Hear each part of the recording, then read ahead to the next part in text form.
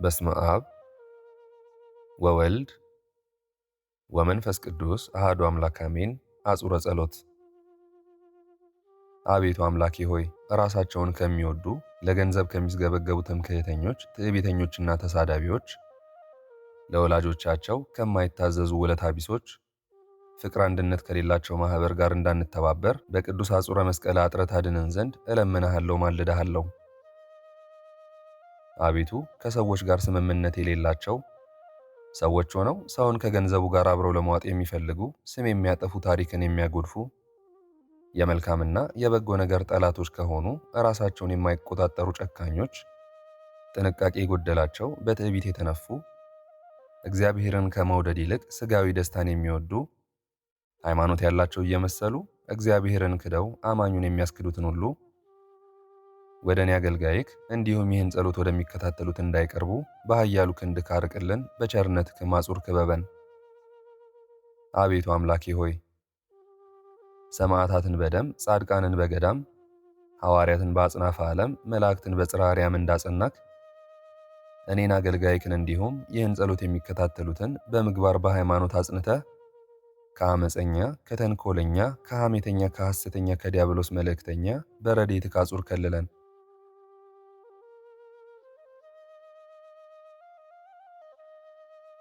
አቤቱ ይህን ዓለም ንቆ አጥቅቶ የንጉሠ ነገሥትነቱን ዘውድ አውልቆ በትረ መንግሥቱን ወርውሮ ፈጣሪያቸውን በካዱ ለጣዖት በሚሰግዱ በሰባ ነገሥት አደባባይ ለእውነተኛው አምላክ ምስክርነቱን ለማሰማት በሰይፍ ተመትሮ በመጋዝ ተተርትሮ በስለት ተተልትሎ በመዶሻ ተቀጥቅጦ በመራጃ ተፈልጦ በእሳት ተለብልቦ በብረት ምጣድ ተጠብሶ እየሞተ እየተነሳ ልዩ ልዩ ተአምራትን በማድረግ የሰማያዊትን አክሊለ መንግሥትን ስለተቀዳጀ ስለ ኃያሉ ሊቀ ሰማዕታት ስለ ቅዱስ ጊዮርጊስ ብለህ የእኔ አገልጋይክን እንዲሁም ይህን ጸሎት የሚከታተሉትን በጎ ሐሳባችንን ትፈጽምልን ዘንድ እርዳን። በትድግና ሐጹርም ጋርደን። አሜን። በእውነት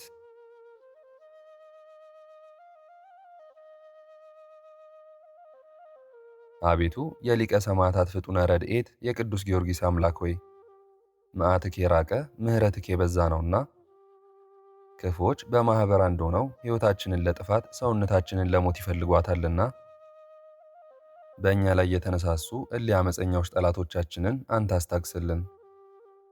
ስለ ወዳጅክ ሊቀ ሰማዕታት ፍጡነ ረድኤት ስለ ቅዱስ ጊዮርጊስ ብለክ ወደ እኛ ተመልከት። በጠላታችን እጅ ተላልፈን እንዳንሰጥም በሊቀ ሰማዕታት በቅዱስ ጊዮርጊስ የምልጃ ሐጹረ ጸሎት ጠብቀን። አሜን። በእውነት አቤቱ ጌታዬ ኢየሱስ ክርስቶስ ሆይ ምላሳቸውን ለነገር እንደ እባብ በሚያውለበልቡ እርምጃችንን ለማሰነካከል በሚመክሩ ለእግሮቻችንም ወጥመድን በሚዘረጉ በመንገዳችን እንቅፋትን በሚያኖሩ መተተኛዎች ወጥመድ እንዳንጠመድ ስለ ኃያሉና ድል አድራጊው ስለ ቅዱስ ጊዮርጊስ ብለክ ዙሪያችንን በማዳንክ አጹር ክበበን፣ አድነን። አሜን።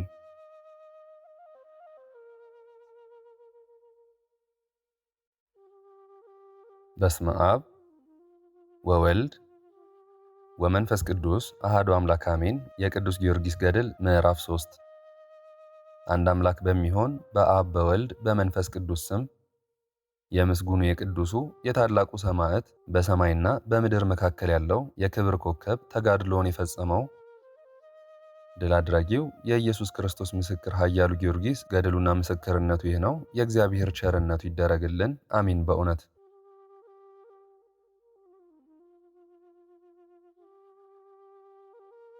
ቅድመ ዓለም የነበረ ሁሉን አሳልፎ የሚኖር የሚሰውር ሕልፈቱ ላጤ የሌለበት ቀዳማዊ እግዚአብሔር ዛሬ በዚች ቀን በቅዱስ ጊዮርጊስ በበዓሉ ቀን ይሰብስበን። አሜን። በእውነት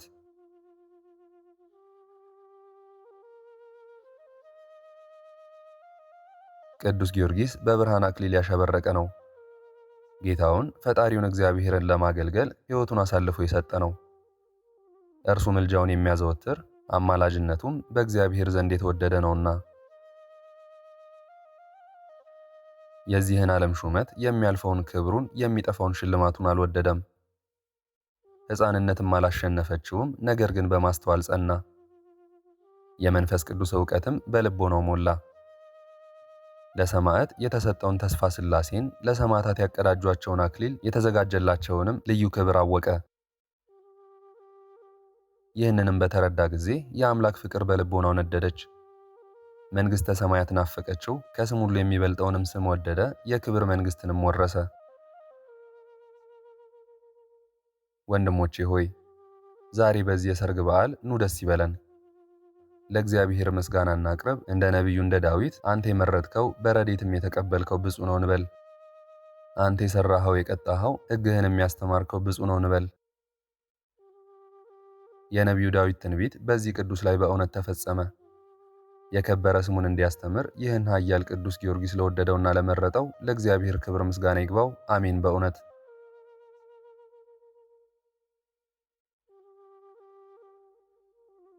በዚያ ወራት በሀገሩ ሁሉ ላይ ሥልጣን ያለው ስሙ ዱዲያኖስ የተባለ የፋርስ ንጉሥ ነበር። እጅግ ብርቱ ሆነ። በአራቱ ነገሥታትም ላይ ሥልጣን ነበረው። የምድር ነገሥታት ሁሉ ለእርሱ ተገዝተው ነበር፣ ከሥልጣኑ በታች ነበሩ። እሱ ግን ፈጣሪውን የካደ ነበር። እንደ ናቡከደነጾርም ልቡ የደነደነ ነበር። በዘመኑም የመናፍቃን የክህደት ነፋስ ይነፍስ ነበር። ስደትን አበረታ። ክርስቲያኖችንና አብያተ ክርስቲያናትን ይቃወም ጀመር። እንዲህም ብሎ ለዓለም ሁሉ መልእክትን ጻፈ። እኔ ዱዲያኖስ ነኝ። ዱዲያኖስ ንጉሥ ከሥልጣኑ በታች ላሉት ነገሥታት ይጽፋል። ሰላም ለእናንተ ይሁን።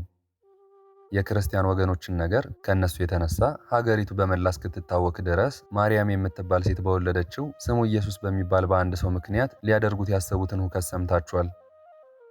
አይሁድ የሰቀሉት ክርስቶስን ብቻ ነው እንጂ አጵሎንን ጰሊደንን፣ አርደሚስን ዲያስን፣ ኢራቅሊስን ዚዮስን፣ ኤዝብልን አርናኮን፣ ስቅማንደሮስን የቀሩትንም አማልክት አያመልኳቸውም። አሁንም መኳንንት፣ መሳፍንት፣ የከተማ ሹማምንት፣ ወታደሮችም ሊቃውንትም ልጠይቃችሁ የምወደው ምን እንደሆነ ታውቁ ዘንድ ሁላችሁም ከነ ሰራዊቶቻችሁ ወደ እኔ ኑ።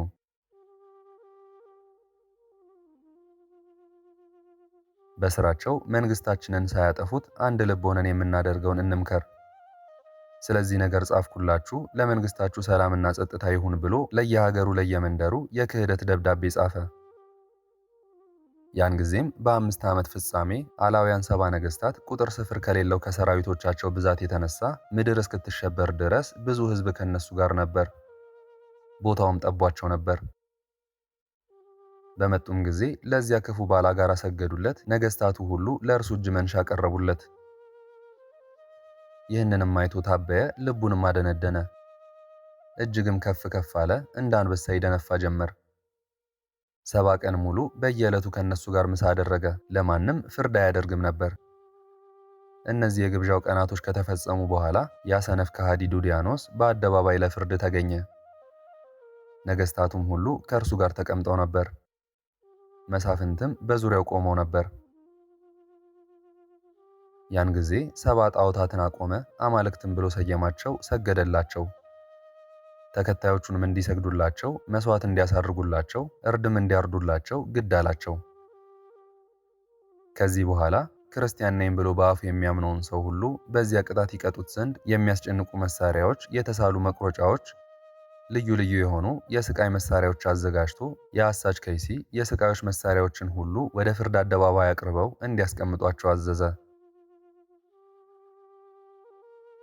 በዚያም በስቃዩ መሳሪያ መካከል የብረት አልጋዎችን፣ የብረት ምጣዶችን፣ መንኮራኩሮችን፣ አጥንትን ለመስበር የሚችል ከብረት የተሰራ የእጅ መቁረጫ፣ ምላስ ለመቁረጥ የሚችል ቢላዋ፣ አጥንት ከጅማት የሚለያይ መውጊያ፣ አእምሮ የሚነሳ መሳቢያ፣ ችንካሮች፣ መርገጫ፣ ቀስትን፣ ጥርስ የሚያወልቁበት ጉጠት፣ አጥንት የሚቀጠቅጡበት የተሳሉ መጋዞች፣ አፋቸው እንደ መጋዝ ጥርስ ያለው የብረት ድስቶች፣ ረጃጅም የብረት በትሮች፣ ጥርስ ያለው የብረት ጎመድ መሳሪያዎች እያንዳንዱ ነበር።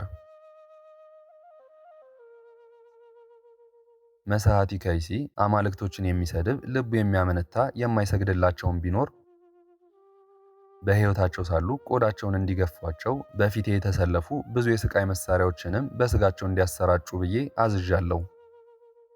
የልጆቻቸውንም ደም አፈሳለሁ፣ ራሳቸውን እቆርጣለሁ፣ በመስተዋት አይነት መሳሪያ ጭንቅላታቸውን በታትነዋለሁ።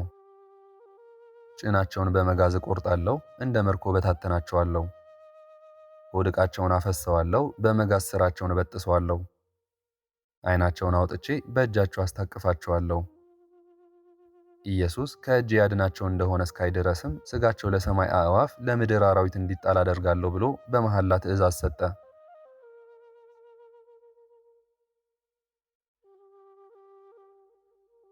የስቃዩ መሳሪያ ግን ለሚያዩ የሚያስደነግጥ የሚያስፈራ ነበር። መከራውን ሊቀበሉ የሚወዱ ቢኖሩም ከስቃዩ መሳሪያ የተነሳ ወደ ኋላ ይሸሹ ነበር። እግዚአብሔርንም የሚወዱ ብዙዎች ሰዎችም ይህን በሰሙ ጊዜ በቤተ ክርስቲያን ላይ ከተነሳው ከዚያ አውሎ ነፋስ ግርማ የተነሳ እንደ ሰም ቀለጡ።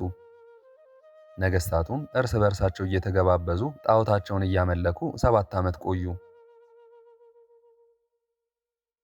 የስቃዩን መሳሪያ ከመፍራት የተነሳ እኔ የክርስቶስ ወገን ነኝ ሊል የደፈረ ማን የለም። በሁሉ ጽኑ ሐዘን ልቅሶ ሆነ። ፈጽሞ በአፉ የእግዚአብሔርን ስም የሚጠራ አልተገኘም።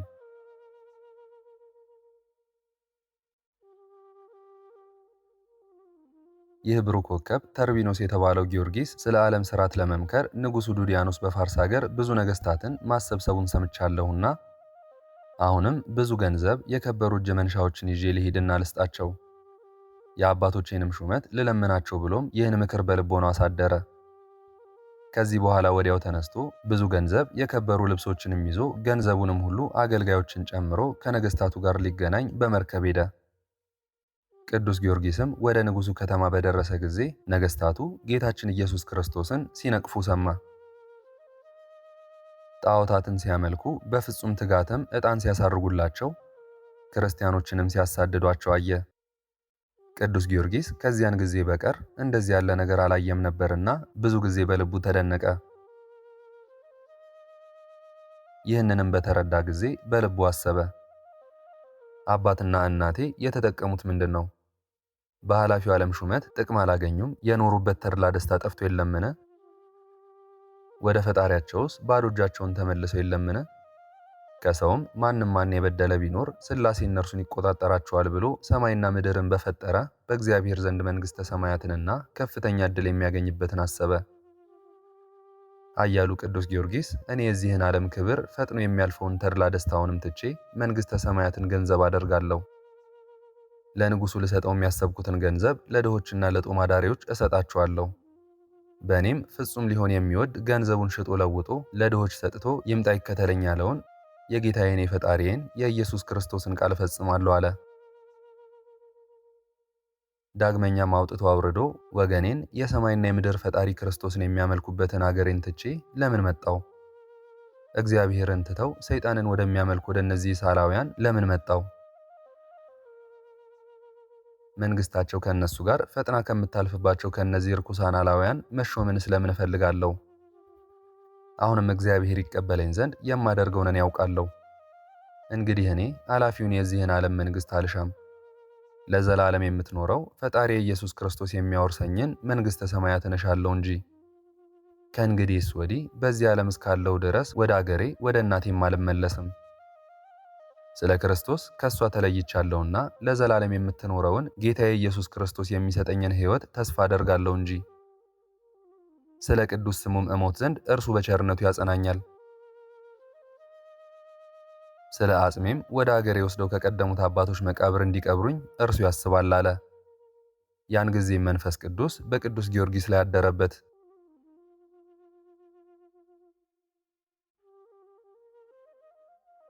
በልቡም እነዚህን ነገሮች አሰላስሎ ከፈጸመ በኋላ አገልጋዮች ወዳሉበት መርከብ ተመልሶ በልቡ ያለውን ሁሉ ነገራቸው።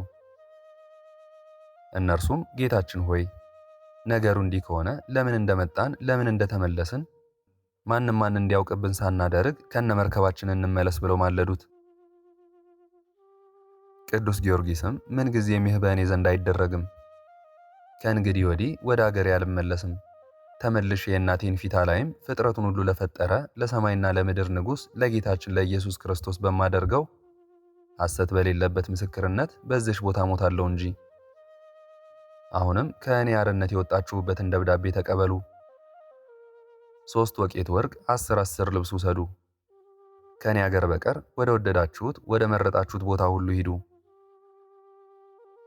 እናንተ በሕይወታችሁ ሆናችሁ እኔ መሞቴን የሰማችሁ እንደሆነ ስለ እግዚአብሔር ብላችሁ የወዳጅነት ሥራ ስሩልኝ። ሥጋዬን ገንዛችሁ ወደ አገሬ ወስዳችሁ ቅበሩ አላቸው። የቅዱስ ጊዮርጊስ ሎሌዎችም ይህን ከእርሱ በሰሙ ጊዜ ረዘም ላለ ጊዜ ጽኑ ለቅሶ አለቀሱ። ያን ጊዜውንም ባሮቹን ሁሉ ነፃ አወጣቸው። ከእነርሱ እያንዳንዱ ተሰነባበቱ፣ ወደ ወደዱት እንዲሄዱ አሰናበታቸው። ነገር ግን መልካሙን ተጋድሎውን እስከፈጸመ ድረስ ወደ ልዳ አልተመለሱም። ሦስቱ አገልጋዮቹ ግን እርሱን እየተከታተሉ ተጋድሎውን ሲያዩ ከቅዱስ ጊዮርጊስ ጋር በፋርስ ኖሩ።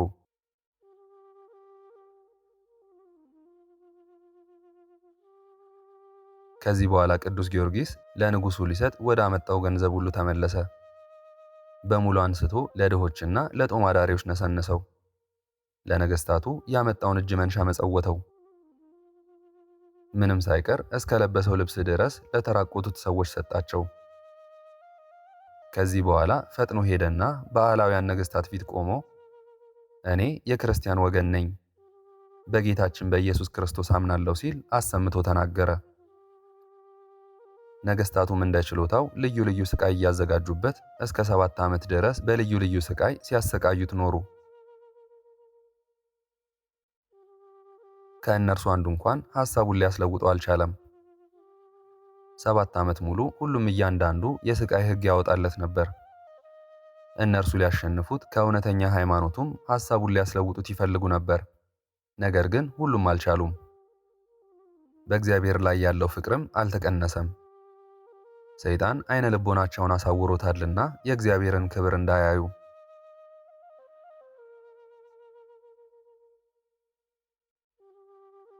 የተሳሳታችሁ ነገሥታት ሆይ ይህንን ስህተታችሁን አርቁ። የክህደትን ስም አትጥሩ፣ ሰማይን ምድርን ያልፈጠሩትንም አማልክት ናቸው አትበሉ። እነሱ ከምድር ገጽ ፈጽሞ ይጠፋሉ፣ የሚሰግድላቸውም የሚያምንባቸውም ይጠፋል። አመፀኞች ነገሥታት ሆይ የእናንተ መገረም እኔን አያስፈራኝም። እኛስ በእውነት ለዘላለም በመንግሥት በኃይል በፈቃድ አንድ ለሚሆን ለአንዱ አምላክ ለአብ ለወልድ ለመንፈስ ቅዱስ እንሰግዳለን ብሎ አሰምቶ ተናገረ።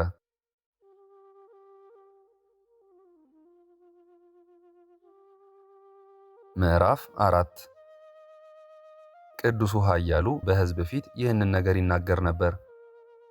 በኃጢአት ባህር የሚዋኝ የጥፋት ልጅ ዱዲያኖስ ቅዱስ ጊዮርጊስን ባየው ጊዜ ወደፊቱ ያቀርቡት ዘንድ አዘዘ። የሰውነቱን ልምላሜ የጨረቃ ብርሃን የመሰለ ፊቱን ደም ግባቱን መልኩም እንደ ንጹሕ ዕንቁ ባህር ያሸበረቀ መሆኑን አይቶ ያን ጊዜ በዘመድ የከበረ የመስፍን ልጅ እንደሆነ አወቀ።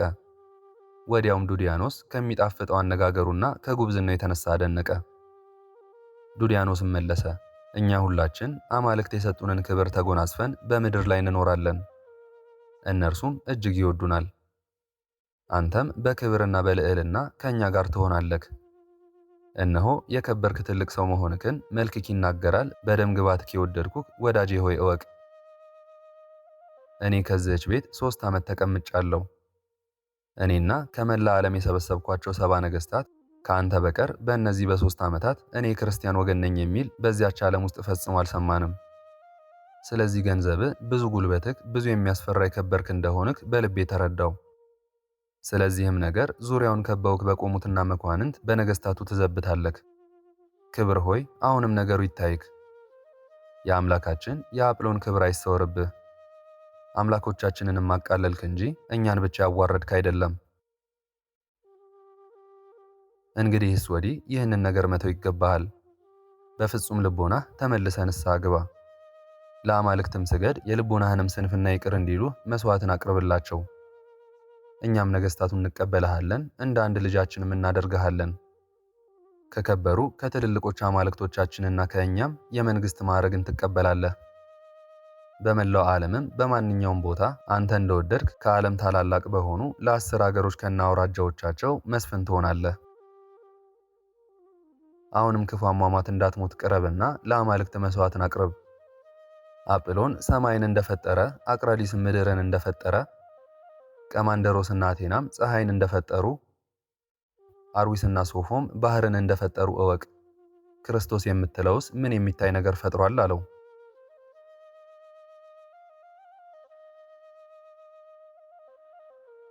ኃያሉ ቅዱስ ጊዮርጊስም መልሶ አንተ የተረገምክ ነህ፣ ካንተ ጋር ያሉ ሊካዲያንም ርጉማን ናቸው።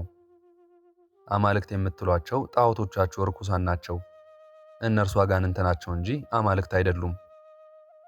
እናንተም እነርሱም በአንድነት ይፈረድባችኋል አለው። ንጉሡም ተቆጥቶ በጽኑ ቁጣ እኔ አባት ከልጁ ጋር እንዲነጋገር እነግርሃለሁ፣ ለአንተ ክብርና መዳኛ የሚሆንክን እመክርካለሁ። አንተ ግን በእብደትና በጎደሎ አእምሮ ትሰድበናለህ አለው። የአርማንያው ንጉሥ መገንጢዮስም ከወዴት ወገን ነክ? ስምህስ ማን ነው? በዚህች ዓለም የወለደክ አባትክ ማን ነው? አንተ ከወዴት አገር ነህ? ለአማልክትስ የማትሰግድ አንተ ተፈጥሮክ ከምንድን ነው? ከዚህስ ምን አመጣክ? እስኪ በል ንገረኝ አለው። ብፁዕ ግን ስሙን የአባቱን ማዕረግ ታላቅነት ሊናገር አልወደደም። ንጉሡና ነገሥታቱ መልሰው ኃያሉ ቅዱስ ጊዮርጊስን የምታምር ጎልማሳ ሆይ ስምህን የአባትህን ስም ከወገንህም አባት፣ እናት፣ እህትና ወንድም አንድ በሕይወት ያለክ እንደሆነ የምትሻው ምን እንደሆነ እስከዚያች አገር ድረስ ለመምጣት ያስገደደክ ነገርስ ምን እንደሆነ እንድትነግረን አንተ አምላክ በምትለው በኢየሱስ ክርስቶስ እናምልሃለን አሉት። ቅዱስ ጊዮርጊስም በጌታችን በኢየሱስ ክርስቶስ ስም ባማሉት ጊዜ በአምላኬ በፈጣሪ ስም አምላችሁኛልና ከእናንተ ምንም ልሰውር አልችልም። ስሜን ስለጠየቃችሁኝ በአምላኬ ዘንድ የሚቀድመው ስሜ ክርስቲያን ነው። ወላጆች እኔን የሚጠሩበት ስሜ ግን ጊዮርጊስ ነው። ዘመዶቼም ከቀደሙት ከደጋጎች ናቸው። ፈጽሞ ጣዖት የሚያመልክ የለም። አባቴም የቀጰዶቅያ መስፍን የዮሐንስ ልጅ የመላጥያ አገረ ገዥ አንስጣስዮስ ይባላል። ንጉሡ አንስጣስዮስ አባቴን ባየ ጊዜ ከአባቱ ከጰዶቅያ መስፍን ከዮሐንስ አስፈቅዶ ወስዶ የመኮንንነት ማዕረግ ሰጥቶ የመላጥያ መስፍን አድርጎ ሾመው። ከመላጥያም ጋር ፍልስጤምንና አውራጃዎቿን ሁሉ አንድነት ሰጠው። አባቴ የመስፍንነት ማዕረግ በያዘ ጊዜ የ25 ዓመት ሰው ነበር። ንጉሡም ከሰራዊቱ ውስጥ ሙሉ ትጥቅ ያላቸው 3000 ወታደሮች ሰጠው። በፍልስጤም ሀገርም ስልጣንን በያዘ ጊዜ ከጰዶቅያ ታላላቅ ሰዎች ለክብሩ የምትገባ በተቀደሰ ጋብቻ ሚስቱ ያደርጋት ዘንድ የምትስማማው ታላቅ ሴት ያገኙለት እንደሆነ የአገሩን ባላባቶች ጠየቀ። ጌታችን ሆይ ከልዳው ከሀገረ ገዥ ከዲዮናስዮስ ልጅ በቀር ለማዕረግክና ለትልቁ ክብርክ የሚበቃ ሌላ የለም። አባቷ በስልጣንክ የሚተዳደር ነው። ድንግል ናት። ዕድሜዋም 15 ዓመት ነው። በመላጥያ ሀገርም አባቷን የሚመስለው በወገንም በክብርም የሚተካከለው የለም ብለው ነገሩት። ወዲያውም አባቷን ዲዮናስዮስን አስጠርቶ ከሰራለት ከግብሩ በቀር ባነሳቸው እጥፍ ሚዛን ወርቅ ማጫዋን ከሌላ የሀብት ወገንም የሴትና የወንድ አገልጋዮችን ብዙ ልብስ፣ ርስት፣ ጉልት ሰጠና ሚስት ልትሆነው ወሰዳት።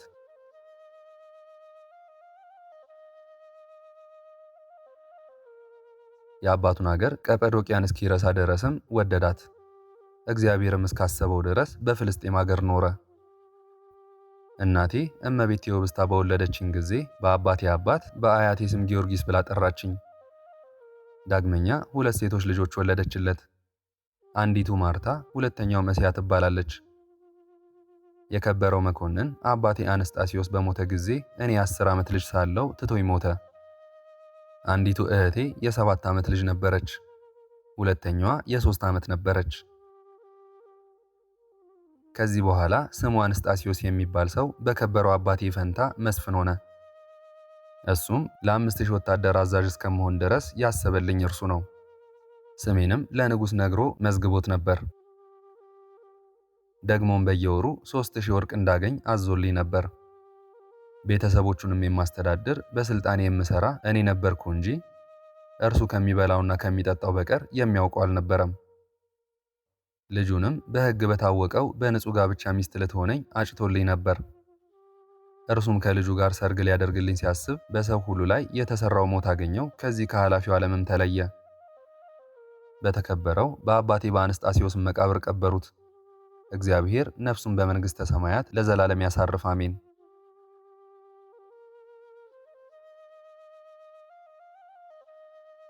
እኔም ፍጹም ጎልማሳ በሆንኩ ጊዜ የአገሬ ሽማግሌዎች ስለመከሩኝ በእናቴ ፈቃድ ብዙ ገንዘብ፣ ብዙ የእጅ መንሻ ይዤ ከነ አገልጋዮቼ በመርከብ ተሳፍሬ ስህተተኞች ነገሥታት ሆይ የቀደሙት የአባቶችን ሹመት እንድትሰጡኝ እጅ መንሻውን ልሰጣችሁ ወደዚች ሀገር መጣው።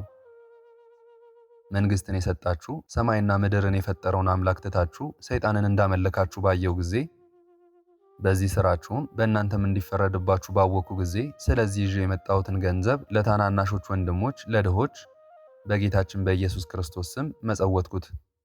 ከእናንተ ይልቅ እነርሱ ለእግዚአብሔር መንግሥት የተዘጋጁ ናቸው። አሁንም በስንፍናችሁ ልመክራችሁ፣ የምታመልኳቸው ርኩሳን አጋንንት ናቸው እንጂ አማልክት እንዳይደሉ ልነግራችሁ መጣሁ። እነሆ ሥራዬን ሁሉ ገልጬ ነገርኳችሁ። እኔ በግልጥ ክርስቲያን ነኝ፣ በጌታዬ በኢየሱስ ክርስቶስ አምናለሁ፣ የወደዳችሁትን ሁሉ በእኔ ላይ አድርጉ ብሎ ሥራውን ሁሉ ገለጠላቸው። ነገሥታቱም የታላቅ መስፍን ልጅ ከጰዶቅያ አገር የሚሆን ጀግና ወታደር እንደሆነ የነገራቸውን በሰሙ ጊዜ ፈሩ። በሽንገላ አነጋገርም ጎልማሳ ሆይ እነሆ እኛ ክብርህንና ወገንህን ታላቅነትህን ተረድተናል። አሁንም ና የምንነግርህን ስማ፣ ምክራችንም ደስ ያሰኝህ። ከእኛ የአባቶችህን ሹመት እንድታገኝ ለክቡራን አማልክት መሥዋዕትን ሰዋ፣ ዕጣንንም አሳርግላቸው። ይህንን ብቻ አይደለም፣ በዓለሙ ሁሉ የበላይ ትሆናለህ። ከእኛ ቀጥሎም ሁሉን ትገዛለህ። በዓለሙ ሁሉ ያለውን ሹመት ትሾማለህ፣ ትሽራለህ። ከቦታው ሁሉ ያሉ መኳንንት መሳፍንት ከሥልጣንህ በታች ይሆናሉ አሉት። ቅዱሱም መልሶ እኔ ምክራችሁን አልሻም፣ እሷም ወደ ጥፋት የምትወስድ ናት። ነገር ግን ከሃዲዎች እኔ እንዳመልካቸውና እንድሰግድላቸው የምታስገድዱኝ እነዚህ አማልክት ምንድናቸው? አላቸው። ዱልያኖስም መልሶ ጊዮርጊስ ሆይ እኛ ሰማይን ለዘረጋ ለአጵሎን ዕጣን እንድታሳርግለት እንፈልጋለን አለው። ኃያሉ ቅዱስ ጊዮርጊስም መልሶ ሰማይን የፈጠረ ምድርንም የዘረጋ አጵሎን ከሆነማ እኔን ግድ ማለትክ እርሱንም አምላክ ነው ማለትክ መልካም ነዋ። ይህ ባይሆን ግን አሳች እባብ አንተና ከአንተም ጋር ስላሉት ከሃዲያን ነገሥታት እዚህም ቆመው የምነግራችሁን ስለሚሰሙት ሕዝብ የጌታ የኢየሱስ ክርስቶስ ኃይል ይገለጣል፣ ቅዱስ ስሙም ይከብራል አለ። ዱልያኖስም መልሶ አንዲት አይሁዳዊት ሴት የወለደችውን አምላክ ትለዋለህን? አለው። ቅዱሱም መልሶ እስኪ ንገረኝ፣ የሐዋርያት አለቃ ጴጥሮስን የሾመው የመንግሥተ ሰማያትን መክፈቻ የሰጠው ታላቁ ነቢይ ኤልያስን በእሳት ሰረገላ ወደ ሰማይ ያሳረገው ማን ነው? ይህን ሁሉ ያደረገ እግዚአብሔር አይደለምን? ይህን ያደረገ ለዓለም ሁሉ የጥፋት ምክንያት የሆነው አጵሎን ነውን? ሰማይን ምድርን የፈጠረ እግዚአብሔርን በማን ትመስለዋለህ? ጠራቢ በሠራው ምስል ነውን? ወይንስ አንጥረኛው በሠራው ወርቅ ነው? የመንግሥተ ሰማያት መክፈቻ የተሰጠውን ጴጥሮስን በማን ትመስለዋለህ? 3 ዓመት ከመንፈቅ ዝናምን እንዳያዘንም ይዘጋው ዘንድ በሰማይ ላይ ሥልጣን የተሰጠው ኤልያስን በማን ትመስለዋለህ? በመላጤ አገር በስራይዋ ከአርፋድ አምሳያዋን ከወለደችው ከዚያች ማዲያ ከምትባለው ሴት ጋር ሆኖ የአጋንንትን ስም እየጠራ እሳትን በማምለክ መድኃኒት ይረጭ በነበረው በርኩስ እስክንድሮስ ትመስለዋለህን? እስክንድሮስና ማዲያ በክፉ ስራቸው ጠፍተዋል፣ ወደ እመቅም በኃጢአታቸው ወርደዋል። አንተስ ራስህን ከማን ጋር ታወዳድራለህ? እስኪ ንገረኝ። አንተ አላዊ ንጉሥ እንግዲህ ስፈር። ጌታችን ኢየሱስ ክርስቶስ ሰማይና ምድርን የፈጠረ ለሰውም ሕይወትን የሰጠ እርሱ ነውና። አንተስ የነቢያትንና የሰማዕታትን አክሊላቸውን ልትከለክለኝ ትሻለህ። ነገር ግን በምሕረቱ የጠራኝ እግዚአብሔር ቸር ነው አለው። መገንጢዮስም ክፉ አሟሟት እንዳትሞት ቅረብና ለአማልክት ሰዋ አለው። ኃያሉ ቅዱስ ጊዮርጊስም ሰይጣን ከኋላ ይሂድ አለው። መገንጢዮስም ከእንጨት ላይ እንዲሰቅሉትና የውስጥ ሰውነቱ እስኪታይ ድረስ ሥጋውን እንዲተፈትፉ ታዘዘ። እንዳዘዘም አደረጉበት። ሰውነቱም ሁሉ በደም ተጥለቀለቀ። ዳግመኛም አውርደው ወደ እስር ቤት እንዲወስዱትና 4ቱን ገመድ ገምደው እንዲያስሩ ታዘዘ። ዳግመኛም ኃያሉን ሰማዕት ጊዮርጊስን ይዘው እንደ አልጋ ሆኖ ወደ ተሰራው የስቃይ መቀበያ ብረት ላይ እንዲያወጡ ታዘዘ። ጭፍሮችም የደረቱ መገኛ አጥንት እስኪሰባበር ሥጋውን ሁሉ በደም እስኪጥለቀለቅ ድረስ በብረት ጠርቀው አሰሩት። ወዲያውም ንጉሡ ዱልያኖስ ቅዱስ ጊዮርጊስን ከአገር ውጭ አውጥተው ልብሱን ገፈው ሽርጥ አስታጥቀው በእንጨት ላይ እንዲሰቅሉትና አጥንቱን ከነሥጋው እንዲያደቁ ታዘዘ። ያን ጊዜም ዕድሜው 21 ዓመት ከ3 ወር ነበር። እርሱን ያሰቃዩበት ዕለትም ቅዳሜ ሚያዝያ 1 ቀን ነው። ብፁዕ ቅዱስ ግን ስለ ክርስቶስ ፍቅር ስቃዩን ታገሰ። ከዚህ በኋላ ንጉሡ ቅዱስ ጊዮርጊስን ከተሰቀለበት እንዲያወርዱ ታዘዘ። የግብር አባቱ ሰይጣንም እንዳማከረው በውስጡ ረጃጅም ችንካሮች ያሉበት የብረት ጫማ አሰራለት። ቅዱስ ጊዮርጊስንም አጫሙት፣ በችንካሮችም እግሩን ከጫማው ጋር ቸነከሩት። ችንካሮቹም ደሙ እንደ ውሃ እስከሚፈስ ድረስ እግሩን ዘልቀው ስሩን በጣጠሱት። መሄድም በተሳነው ጊዜ አጎንብሶ ሄደ። ጽኑ ተጋዳይ ግን ይህንን ጽኑ መከራ ታገሰ። መከራውን በጸናበት ጊዜ ቅዱስ ጊዮርጊስ ፈጣሪዬ በመስቀል ላይ እንደተሰቀለ እንዴት አላስብም? ይህ የሥጋ ሕማም ኃላፊ ነው ብሎ አሰምቶ ተናገረ። ዳግመኛ ጌታዬ ኢየሱስ ክርስቶስ ሆይ ሰውነቴን በመከራ አትጣላት ብሎ ጮኸ። ያን ጊዜም እግዚአብሔር ጸሎቱን ሰምቶ ሊቀ መላእክት ሚካኤልን ላከለት። የሚያስጨንቀውንም መከራ ከእርሱ አርቆ ጻድቁን አዳነው። በሰውነቱም አንዳች የደም ቁስል ምልክት አልተገኘም። ሰውነቱም ጤነኛ ሆነ። በነገሥታቱም ፊት ሊቆም ሄደ።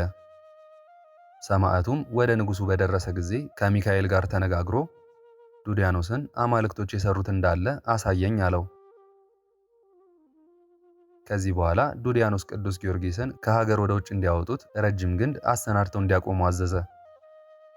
ዳግመኛም የዘንባባ ሾክ የመሰሉ 7 ችንካሮች ሰርተው ቅዱሱን በእነዚያ ችንካሮች ከእንጨቱ ጋር እንዲቸነክሩት አጥንቱ እስኪታይ ድረስም እንዲያሰቃዩ ታዘዘ።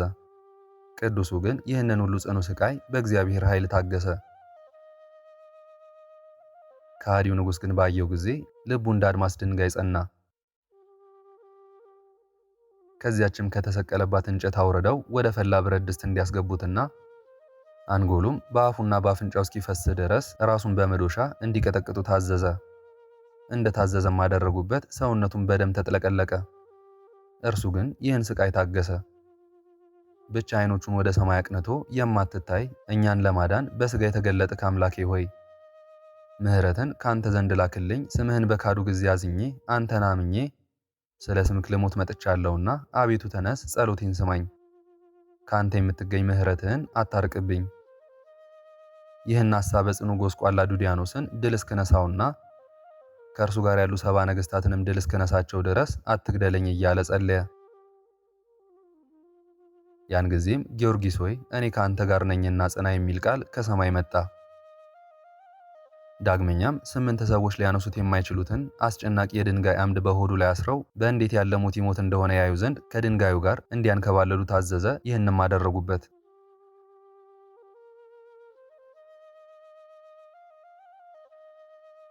ነገር ግን ይህን በታገሰ ጊዜ ዳግመኛ ንጉሡ በጀርባው አስተኝተው በሆዱና በጀርባው እያዛወሩ በብረት ጎመድ እንዲደበድቡ ታዘዘ።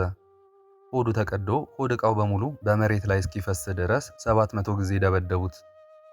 ዳግመኛ ጥርስ ባለው የብረት ጎመድ አንጎሉ እንደ ወተት ነጭ ሆኖ በአፍንጫው እስከሚወርድ ድረስ አናቱን እንዲደበድቡ ታዘዘ።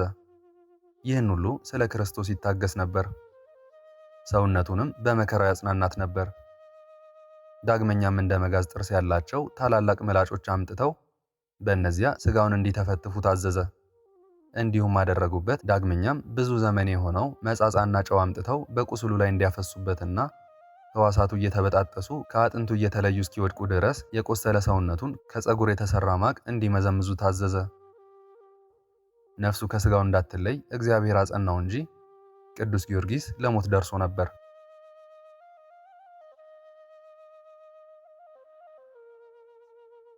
ከዚህም በኋላ ያ ከሃዲ ንጉሥ በ20 ችንካሮች እንዲቸነክሩ ታዘዘ። ጭፍሮችም የእንጨት አልጋ ሰርተው በ20 ችንካሮች ከአልጋው ጋር ቸነከሩት። ከዚህም በኋላ ወስደው ወደ እስር ቤት እንዲያስገቡ ታዘዘ። ቅዱስ ጊዮርጊስ ግን ከመከራው ጽናት የተነሳ የት ቦታ እንደሆነ አያውቅም ነበር። በዚህችም ቀን ከዚህ ቆመው የነበሩት ሕዝብ ደም ግባቱን ሕፃንነቱን እያዩ ያለቅሱለት ነበር። ይህ ሰው በእውነት የመላጥያ ሰው ይመስላል። በዚህም ላይ እነዚህ ከሃዲዎች የፈጸሙበትን ልዩ ልዩ ስቃዮች አበባ ሰውነቱን አበላሹ እያሉ ይነጋገሩ ነበር። በዚህ ጎልማሳ ላይ የፈጸሙትን ልዩ ልዩ ስቃይ በዓይናችን አየን እያሉ እየተጨዋወቱ ከቤተሰቦቻቸውም ጋር ወደ ቤታቸው ተመለሱ። ይልቁንም በዚች ሌሊት አገሪቱን በሙሉ የቅዱሱን ዜና ተመልታ ነበር። መንፈቀ ሌሊት በሆነ ጊዜም በእስር ቤቱ ውስጥ ብርሃናዊ መልአክ ታየውና ከተማይቱ እስክትናወጥ ድረስ ታላቅ መናወጥ ሆነ። ወዲያውም ጌታችን ኢየሱስ ክርስቶስ ከሰማይ ወረደ። ቅዱሳን መላእክትም ከበውት ነበር። ማንም ሰው አሽትቶት የማያውቅ ሽቶ የእስር ቤቱን መላው። ጌታችንም ኢየሱስ ክርስቶስ ጠርቶ ወዳጄ ጊዮርጊስ ሆይ ጽና፣ በርታ፣ ልብህ አይድከም።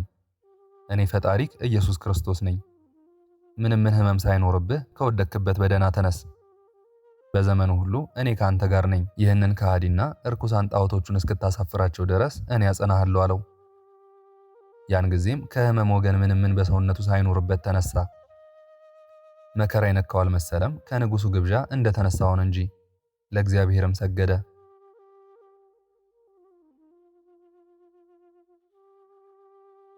ጌታችን ኢየሱስ ክርስቶስ ቀና አድርጎ ሳመው። እጁንም በሰውነቱ ላይ ዘርግቶ ባረከው፣ ኃይልንም አሳደረበት። ወዳጄ ሆይ በርታ፣ ድል ንሳ። እነዚህን እርኩሳን ከሃዲያን ነገሥታትም እስክታሳፍራቸው ድረስ እኔ ካንተ ጋር እኖራለሁ። ወዳጄ ጊዮርጊስ ሆይ ሴቶች ከወለዱት መጥምቁ ዮሐንስን የሚበልጠው እንዳይነሳ ከማኅበረ ሰማዕታትም ውስጥ አንተን የሚበልጥ የለም። ወደፊትም አንተን የሚመስል አይመጣም ብዬ በራሴ ምያለሁ። እነዚህ ከሃዲያን ሰባ ነገሥት ሲያሰቃዩክ 7 ዓመት ትኖራለህ። ብዙ ታምራትም ታደርጋለህ። 3 ጊዜ ትሞታለህ፣ እኔም 3 ጊዜ አነሳሃለሁ። በአራተኛው ጊዜ ግን ሰማያውያን መላእክትን፣ ነቢያት፣ ሐዋርያትን፣ ጻድቃን፣ ሰማዕታትን አስከትዬ በብሩህ ደመና ወደ አንተ እመጣለሁ። በአንተ ላይ አደራ አስቀምጫት የነበረች ነፍስክንም ካንተ ወስዳለሁ። ጽና፣ በርታ፣ አትፍራ፣ እኔ ካንተ ጋር ነኝ፣ እኔ ያጸናሃለሁ አለው።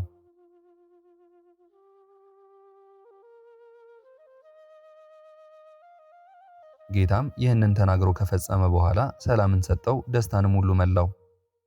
ቅዱሳን መላእክትም በፍጹም ምስጋና እያመሰገኑት ቅዱስ ጊዮርጊስም እያየው ወደ ሰማይ አረገ። ቅዱስ ጊዮርጊስ ግን በዛች ሌሊት እስኪጠባ ፀሐይም እስኪወጣ ድረስ መድኃኒታችን የነገረውን ቃል እያሰበ ደስ ብሎት እግዚአብሔርን ሲያመሰግን አደረ። በማግስቱም ከሃዲው ዱዲያኖስ ወደ እስር ቤት ሄደው ቅዱስ ጊዮርጊስን ደህና እንደሆነ ደህና እንዳይደለ ያዩ ዘንድ ከእርሱ ጋር የነበሩትን አዘዘ። የእስር ቤቱንም በከፈቱ ጊዜ ቅዱስ ጊዮርጊስ ቆሞ ሲጸልይ እንደ ፀሐይ ሲያበራ አዩት። እጅግ ተደነቁ። የሆነውን ሁሉ ነገሩት። ወደ ፍርድ አደባባይም እንዲያመጡ ታዘዘ። ወደ ፍርድ አደባባይም ሲመጣ አምላኬ ሆይ ልመናዬን ስማኝ፣ እኔን ወደ መርዳቴ ፈጣሪዬ እርዳኝ አድነኝ የሚለውን ይህንን መዝሙር ያነብ ነበር። ዳግመኛም ፈጣሪዬ ፈጣሪዬ እየኝ ለምን ተውከኝ ይል ነበር። ይህን ብሎ ወደ ፍርድ አደባባይ ገባ።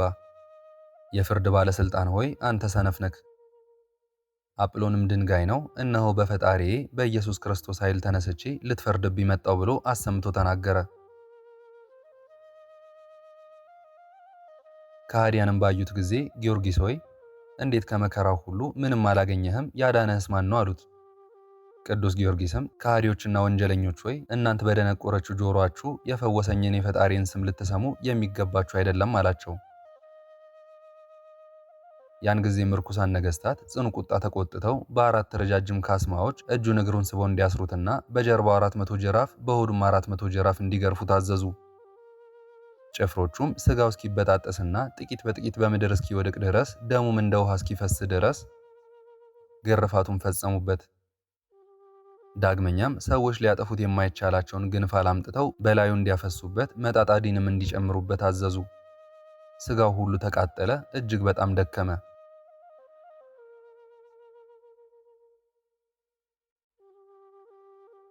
ከዚህም በኋላ ንጉሱ 8 ወታደሮች እስር ቤት እንዲወስዱትና 5 ሽማግሌዎች እስከ ማግስቱ እንዲጠብቁት አዘዘ። ጌታችን ኢየሱስ ክርስቶስም መከራውን ፈጽሞ መንቀሳቀስ የማይቻለው መሆኑን ባየ ጊዜ ከሉዓላዊ ዙፋኑ ላይ ወርዶ ወዳጄ ጊዮርጊስ ሆይ ተነስ፣ ከድካምክም ሁሉ በርታ፣ እኔም ካንተ ጋር ነኝ ሲል አነጋገረው። ጻድቁም ተነሳ። ጌታችን ኢየሱስ ክርስቶስ እጁን ዘርግቶ ሰውነቱን ሁሉ ዳሰሰው፣ ከሕማሙም ፈወሰው። ከዚህ በኋላ ሰላምን ሰጥቶት በፍጹም ምስጋና ወደ ሰማይ አረገ። ቅዱስ ጊዮርጊስም ፀሐይ እስክትወጣ ድረስ መላ ሌሊቱን በእስር ቤት ውስጥ ያመሰግን ነበር። ይጠብቁት የነበሩ ወታደሮች ግን ከመፈወሱ የተነሳ አደነቁ፣ ለንጉሱም ነገሩት። ዱዲያኖስም ይህን በሰማ ጊዜ በዓለም ሁሉ የክርስቲያንን ሥራይ መፍታት የሚቻለው አዋቂ ባለመድኃኒት በእናንተ ዘንድ እንዳለ ወደ እኔ ይምጣ፣ እኔም 100 ምዝምዝ ወርቅ፣ 200 ምዝምዝ ብር፣ ከዚህም ሌላ የተመኘውን ሁሉ እሰጠዋለሁ፣ በመንግስቴም ሁለተኛው ባለማዕረግ ይሆናል የምትል ደብዳቤ ጽፎ ሰደደ።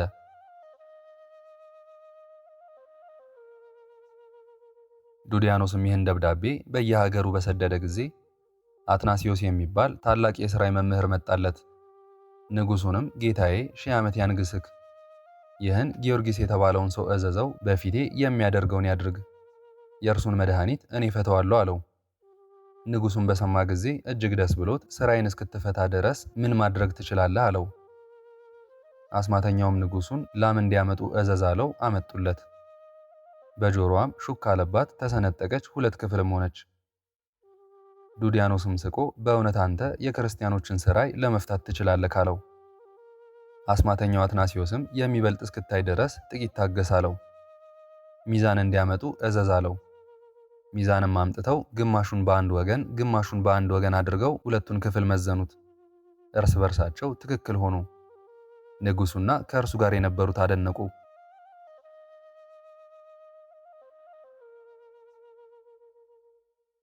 ንጉሡም ቅዱስ ጊዮርጊስን ወደ ፍርድ አደባባይ እንዲያመጡ ታዘዘ።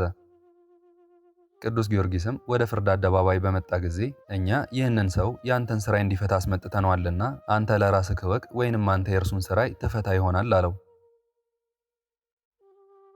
ኃያሉ ቅዱስ ጊዮርጊስም ንጉሡን አንተ ከሃዲ፣ በክርስቶስ የተቆጠሩ ክርስቲያን ሥራይ ሊያደርጉ አይገባቸውም አለው። ከዚህ በኋላ ኃያሉ ቅዱስ ጊዮርጊስ አስማተኛውን ልጅ ሆይ ቶሎ በል፣ የምታደርገውን ፈጥነህ አድርግ፣ የእግዚአብሔር ጸጋ በፊትህ መልቶብህ ያለውና አለው። አትናሲዮስም ጽዋ አንስቶ በውስጡ ልዩ ልዩ ቅመማት ሞልቶ ሥራዩን ቀምሞ የርኩሳን አጋንንትን ስም እየጠራ ከደገመበት በኋላ እንዲጠጣው ለቅዱስ ጊዮርጊስ ሰጠው። ቅዱስ ጊዮርጊስም ከአስማተኛው እጅ ጽዋውን ተቀብሎ በቅዱስ መስቀል ምልክት አማትቦ ጠጣው። ፈጽሞ ክፉ ነገር አላገኘውም።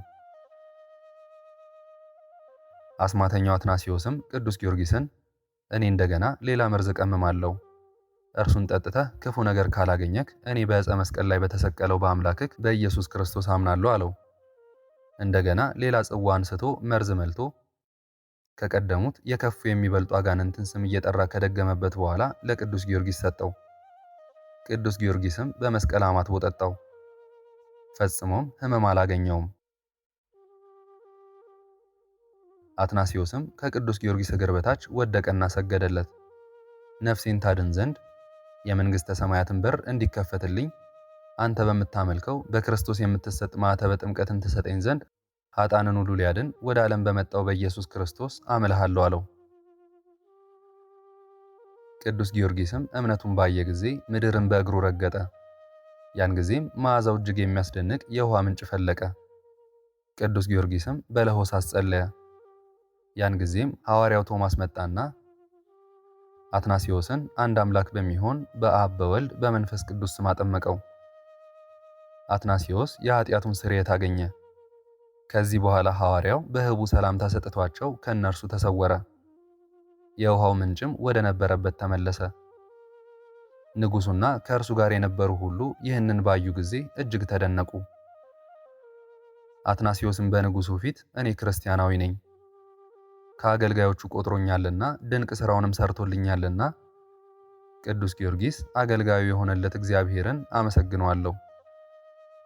በ11 ሰዓት ወደ ወይኑ ቦታ መጥቻለሁ። ንጹሕ ምስክር በሚሆን በኃያሉ በቅዱስ ጊዮርጊስ አማላጅነትም ቸርነቱ እንድትደረግልኝ ተስፋ አደርጋለሁ። ከሃዲያን ነገሥታትም ተቆጥተው አትናሲዮስን ከሀገር ውጭ አውጥተው በሰይፍ እንዲቆርጡ ታዘዙ። እንዲሁ ጥር 23 ቀን ቅዳሜ በ6 ሰዓት ሰማዕትነቱን ፈጸመ። መላእክትም ተቀብለው በፍጹም ክብር ወደ ተድላ ገነት አስገቡት። ንጽሕት በረከቱ ከአገልጋዩ ከእኔ እንደዚሁም ይህንን ጸሎት ከሚከታተሉት ጋር ይሁን ለዘላለሙ አሜን።